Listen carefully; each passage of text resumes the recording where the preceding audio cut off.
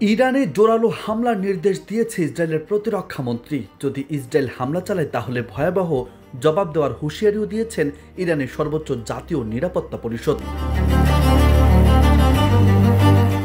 ইরানের বিরুদ্ধে যুদ্ধবিরতি লঙ্ঘনের অভিযোগ তুলে ইসরায়েলের সামরিক বাহিনী দাবি করে ইরান থেকে আসা ক্ষেপণাস্ত্র শনাক্ত করেছে।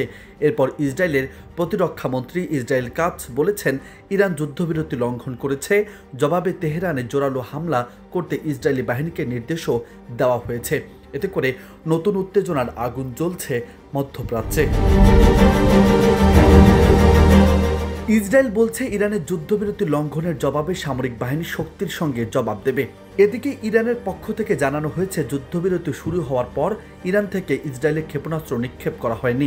ইরানের সর্বোচ্চ জাতীয় নিরাপত্তা পরিষদ সতর্ক করে বলেছেন, আরও যে কোনো আগ্রাসনের জবাবে ইরান একটি দৃষ্টান্তমূলক, সিদ্ধান্তমূলক, দৃঢ় এবং সময়োপযোগী প্রতিক্রিয়া জানাবে। কোনো প্রকার উস্কানি ছাড়াই গত 13 জুন দিনগত রাত হঠাৎ ইরানে হামলা শুরু করে ইসরায়েল।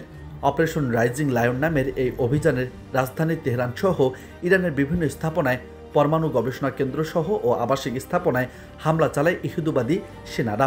ইসরায়েলে হামলার পর পাল্টা প্রতিশোধ হিসেবে অপারেশন ট্রু প্রমিস 3 নামে অভিযান শুরু করে ইরান। তেহরানে ব্যালিস্টিক ক্ষেপণাস্ত্র ইসরায়েলের উন্নত আকাশ প্রতিরক্ষা ব্যবস্থাকে ভেদ করে গুরুত্বপূর্ণ লক্ষ্যবস্তুতে আঘাত হানছে।